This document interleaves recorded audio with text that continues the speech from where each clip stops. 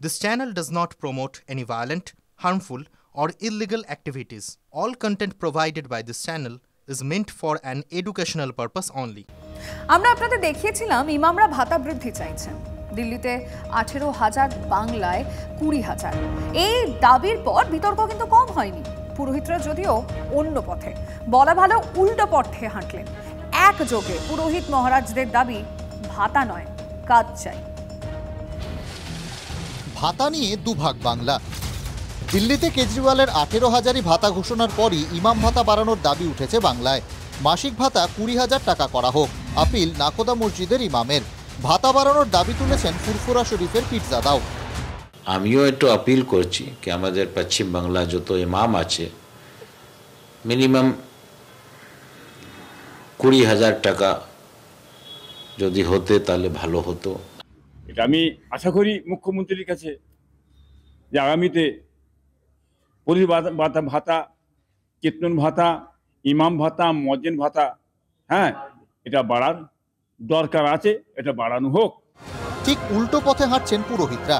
সমস্বরে দাবি ভাতা নয়, চাকরি চাই, শিক্ষা চাই। সোজা কথা বীরভূমের পুরোহিতদের। এক সুরে শক্তিপীঠ তারাপীঠ, বক্রেশ্বর, সতীপীঠ কঙ্কালীতলার পুরোহিতের। ভাতার আগে আমার দরকার কর্মসংস্থান আগে, মানুষের কর্মসংস্থান জীবিকা দিতেই হবে, নিশ্চয়ই দরকার। অনেক পুরোহিত আছে তারা কিছু করতে পারে না, তারা পুজো অর্চনায় থাকে, তারা অন্য কোনো কাজ করতে পারে না, তাদের ভাতা প্রয়োজন আছে এবং তার সঙ্গে সবার আগে কর্মেরও প্রয়োজন আছে। কর্মই শ্রেষ্ঠ। এই রাজ্যে বেকারদের কর্মসংস্থান হোক। বিভিন্ন ধরনের ভাতাতে আমার মনে হয় সামাজিক অবক্ষয় নেমে আসছে। সে ভাতা মানুষকে কর্মহীন করে তুলছে। এই ভাতাটা বাদ দিয়ে সেখানে কর্মসংস্থানের ব্যবস্থা করলে আমার মনে হয় সব থেকে ভালো হয়। প্রকল্প বন্ধ করে ভাতা নয়, স্পষ্ট বার্তা সতীপীঠ অট্টহাসের মহারাজেরও। পুরো প্রকল্প বন্ধ হয়ে কাউকে বিনা পয়সা ভাতা দেয় এটা কেউ মেনে নেবে না। আমাদের যেটা মূল স্বাস্থ্য, শিক্ষা আর প্রশাসন, এই তিনটা যাতে সুস্থভাবে সুন্দরভাবে চলে, এটাই আমরা নতুন বছরে সবাইকে আমরা এটা বার্তা জানাই। একই মত ভারত সেবাশ্রম সংঘের কার্তিক মহারাজেরও। আমাদের সাধু সন্ন্যাসীরা কোনোদিনই এই ভাতার দাবি করেন। এটা পশ্চিমবঙ্গের দিদি এইটা প্রথম করলেন, করে এটা সর্বনাশ করলেন। এখন তারা দাবি করবে, এরপরে দাবি করবে যেন সরকারি কর্মচারীরা যেমন মাইনে পায় সে মাইনে দিতে হবে। মমতা বন্দ্যোপাধ্যায় সরকার প্রতি মাসে ইমামদের 3,000 টাকা, মুয়াজ্জেমদের 1,500 টাকা ও পুরোহিতদের 1,500 টাকা দেয়। অর্থাৎ ইমামদের তুলনায় পুরোহিতদের হাতে অর্ধেক টাকা আসে। কার্তিক মহারাজ বলছেন সরকার নয়, পুরোহিতদের দায়িত্ব সমাজের নেওয়া উচিত। এইটা সমাজকে শিক্ষা দিতে হবে যে পুরোহিত আমাদের জন্য, তিনি তার দায়ভার সমাজ বহন করবে। পুজো কমিটি থেকে অন্তত পুরোহিতের মিনিমাম 25,000 টাকা দরকার। রাজনীতির মাঠে জোর তাল ঠোকাঠুকি। যেখানে সরকারি কর্মচারীরা ডিএ পায় না, টিচাররা সময়ে বেতন পান না, এসএসসি পরীক্ষা দিয়ে ভালো ছেলেমেয়েরা বসে আছে, বছর বছর চাকরি হয় না, সেখানে ইমাম ভাতা বা এইসব ভাতা দিলে কী লাভ হবে পশ্চিমবঙ্গে আমি জানি না। টিএমসির ভোট ব্যাংক শক্ত হবে যেমন দিল্লি সরকার করছে। কেউ কারোর বক্তব্য জানাতে পারেন, বাকিটা তো রাজ্য সরকার প্রশাসন দেখবেন। এটা আমাদের দলের বলার মতো বিষয় পড়ছে না।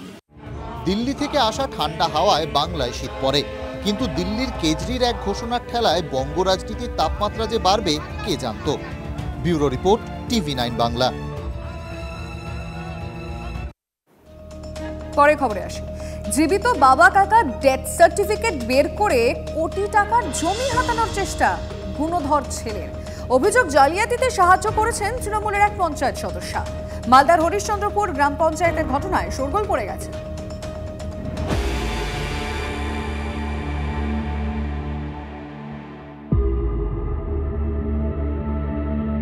একেই বোধহয় বলে ঘর শত্রু বিভীষণ। নিজের বাবা কাকাকে মৃত বানিয়ে কোটি টাকার জমি হাতানোর চেষ্টা, কিন্তু শেষ রক্ষা হলো না।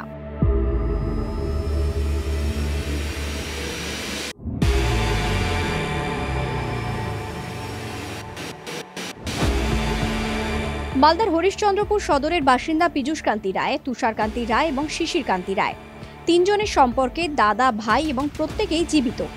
এই তিনজনের মালিকানায় 1.5 বিঘা জমি রয়েছে, যার বর্তমান বাজার মূল্য প্রায় কোটি টাকা। অভিযোগ, সেই জমি বিক্রির ফন্দি আঁটে তুষারের ছেলে তুহিন কান্তি। বাবা, কাকা, জেঠুকে মৃত বানিয়ে জালিয়াতি করে ডেথ সার্টিফিকেট ইস্যু করিয়ে নেয়। সেই সার্টিফিকেটে সই রয়েছে হরিশ্চন্দ্রপুর গ্রাম পঞ্চায়েতের প্রধান এবং অন্য এক বুথের তৃণমূলের পঞ্চায়েত সদস্যা বর্ষা দাসের। সার্টিফিকেট দেখিয়ে জমি বিক্রির জন্য ভূমি সংস্কার দপ্তরে ওয়ারিসান সার্টিফিকেটও তুলে নেন তুহিন। তুহিন কান্তি রায় নামে ওয়ারিশ সার্টিফিকেট ইস্যু করেছিল যে প্রধান হরিশ্চন্দ্রপুর জিপি। আপনার নজরে কিভাবে আসলো? নজরে এসেছিল হিয়ারিং এর সময় আমাদের নজরে এলো। আমরা তো বরদাস্ত করবো না এসব ব্যাপার, সঙ্গে সঙ্গে ক্যান্সেল করি ব্যাপার। ভূমি ও ভূমি সংস্কার আধিকারিক এই নিয়ে বিডিও এবং জেলা শাসকের কাছে লিখিত অভিযোগ দায়ের করেছেন। আপনারা তিন ভাইয়ের নামে মৃত্যু সার্টিফিকেট ইস্যু হয়েছে, শুনেছেন? শুনে বিডিও বিএলআর অফিসে দেখলাম, গিয়ে আমরা আধার কার্ড শো করেছি। কারা করেছে এটা? আমি জানি না কারা করেছে, আমি কাদের নাম বলবো। আপনারা কি করে জানলেন যে আপনার নামে মৃত্যু সার্টিফিকেট? লোকের সম্বন্ধে লোক মারফত শুনতে পেলাম।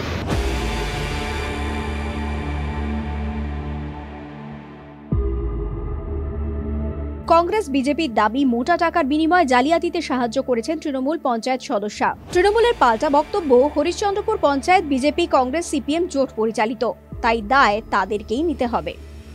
যে সংসদের যে সদস্য আছেন সেই সংসদের ওয়ারিশ সার্টিফিকেটের ব্যাপারে তিনি সার্টিফাইড দিতে পারেন, তার মানে মোটা টাকার লেনদেন হয়েছে।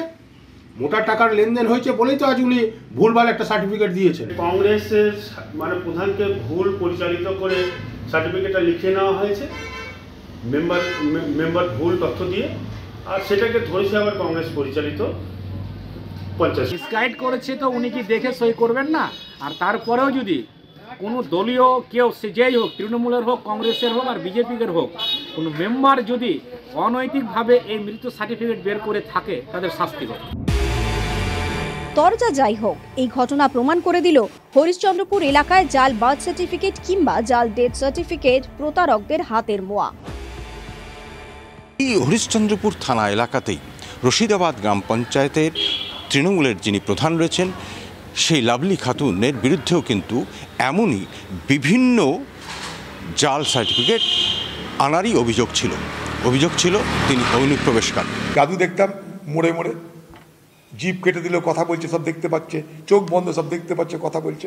দ্বিতীয় সেই জাদুঘর, তার বাংলায় সব কিছু হয়। যে যেখানে পারছে যার তার নামে জমির রেকর্ড করে নিয়ে জমি বিক্রি করে দিচ্ছে। ভুরি ভুরি অভিযোগ এ ধরনের ভূমি দপ্তরের রয়েছে এবং মুখ্যমন্ত্রীর মুখে যে কথা বলেন, মুখের কথায় কাজে তিনি এই ভূমি দপ্তরের ঘুঘুর বাসা ভাঙতে পারছেন। জাল পাসপোর্ট চক্র নিয়ে ইতিমধ্যেই সরগরম রাজ্য রাজনীতি। তার মধ্যে তুহিনের কীর্তি হাট করে দিল জাল সার্টিফিকেট তৈরি নোটবুক। জাতীয় নিরাপত্তার ক্ষেত্রে এর থেকে আশঙ্কার আর কি হতে পারে? ক্যামেরায় মুজিবুর শেখের সঙ্গে শুভতোষ ভট্টাচার্যের রিপোর্ট, TV9 বাংলা।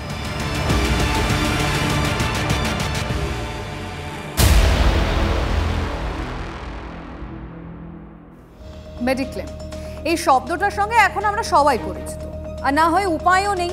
চিকিৎসার খরচ দিন দিন যে হারে বাড়ছে, তাতে বিপদে আপদে স্বাস্থ্য বিমার উপরেই আমজনতা ভরসা করে। কিন্তু সেখানেও কি চোরাগলি? এই প্রশ্নটা উঠছে, তার কারণ সেই রকমই তো তথ্য আমাদের হাতে এসেছে। রিপোর্ট বলছে অনেক ক্ষেত্রে ক্লেম করার পরও টাকা দিতে গড়িমসি করছে বিমা সংস্থাগুলি, আর অনেক সময় আবেদন নাকচি হয়ে যাচ্ছে। ফলে হাসপাতালে রোগীর স্বাস্থ্যের পাশাপাশি পকেট দেখেও পরিবারের দুশ্চিন্তা বাড়ছে। প্রশ্ন হলো, কেন মেডিক্লেম থাকা সত্ত্বেও হয়রানির শিকার হতে হচ্ছে গ্রাহকদের? ঘরে ঘরে রোগভোগ লেগেই রয়েছে, পাল্লা দিয়ে বাড়ছে চিকিৎসার খরচও। হিমশিম এই অবস্থায় তাই কষ্ট করে হলেও মোটা টাকা দিয়ে মেডিক্লেম বা স্বাস্থ্য বিমা কেনেন গ্রাহকরা। কিন্তু তারপরেও কি 100% নিশ্চিত হওয়া যাচ্ছে? কারণ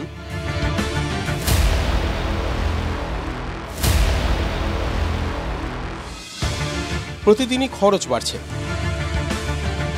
স্বাস্থ্য বিমার প্রিমিয়াম যেমন বাড়ছে, তথ্য বলছে একই সঙ্গে পাল্লা দিয়ে আবেদন বাতিলও হচ্ছে। গত আর্থিক বছরে মেডিক্লেম নিয়ে রিপোর্ট বলছে দেশে প্রায় 1,20,000 কোটি টাকার ক্লেম জমা পড়ে। বিমা সংস্থাগুলি ক্লেম মঞ্জুর করেছে 80,000 কোটি টাকার একটু বেশি, মানে 30% ক্লেম বাতিল করেছে স্বাস্থ্য বিমা সংস্থাগুলো। 12% ক্ষেত্রে ক্লেম জমা নেওয়াই হয়নি। বিমা নিয়ন্ত্রক সংস্থা IRDA এর বার্ষিক রিপোর্টে উঠে এসেছে উদ্বেগজনক এই পরিসংখ্যান। কি কারণে বিমা সংস্থাগুলো গ্রাহককে টাকা দেয়নি সে ব্যাপারে রিপোর্টে কিছু বলা হয়নি। তবে সামান্য ভুল হলেই টাকা দেয় না মেডিক্লেম সংস্থা, অথচ চিকিৎসার খরচ বহু গুণ বেড়ে যাওয়ায় ভরসাতেই স্বাস্থ্য বিমায়। অনেকেই কষ্ট করে প্রিমিয়াম জমা দেন, তাই ক্লেম না পেলে তাদের অথই জলে পড়তে হয়। প্রশ্ন হলো, মেডিক্লেম থাকা সত্ত্বেও নিয়মিত প্রিমিয়াম দেওয়ার পরেও কেন দরকারের সময় টাকা পাওয়া যায় না? বেসরকারি স্বাস্থ্য বিমা কোম্পানির একাংশের যুক্তি, গ্রাহকরা বহু ক্ষেত্রে হেলথ ইন্স্যুরেন্সের পলিসির শর্তগুলো জানেন না, ফলে যে টাকা তাদের পাওনা নয় তারা সেটাই দাবি করেন। স্বাভাবিকভাবেই তাই ক্লেম বাতিল হয়। পাল্টা হেলথ ইন্স্যুরেন্স রেগুলেশনের সঙ্গে যুক্ত আধিকারিকরা বলছেন, বহু মানুষের পক্ষেই পলিসির সব শর্ত পড়ে বোঝা সম্ভব নয়। পলিসি বিক্রির সময় বিমা সংস্থাগুলো কড়াকড়ি করে না, অথচ টাকা মেটানোর সময় যত নিয়মের ফাঁস শক্ত হয়। বেশিরভাগ মানুষই জানেন না যে কোন কোন বিষয়গুলো এই পলিসির মধ্যে কভারেজ রয়েছে, কোন কোনগুলো কভারেজ নেই। এজেন্ট রয়েছেন, তারা ওই কাগজে সই করিয়ে নিয়ে চলে যান, তারা এটা কখনোই পরিষ্কারভাবে বলেন না। মেডিক্লেম কোম্পানিগুলোর আরও বেশি প্রফেশনাল হওয়া উচিত, যে ক্লেম সেটেলমেন্টের একটু মানবিকভাবে করা উচিত। তাহলে উপায় কি? বিশেষজ্ঞদের পরামর্শ, এজেন্টের মুখের কথা বিশ্বাস করে স্বাস্থ্য বিমা কেনা যাবে না। পলিসি ডকুমেন্ট যতটা সম্ভব ভালোভাবে পড়ে তারপর সিদ্ধান্ত নিন। এজেন্টকে বারবার প্রশ্ন করে খুঁটিনাটি সব কিছু জেনে নিন। প্রেসক্রিপশন, ডিসচার্জ সামারি, হসপিটাল বিলের ব্রেকআপ, হাসপাতালের সব নথি গুছিয়ে রাখতে হবে, যাতে বিমা কোম্পানি বলতে না পারে এই কাগজ নেই বলে আপনার ক্লেম সেটেল করা হচ্ছে না। Bureau report, TV9 Bangla.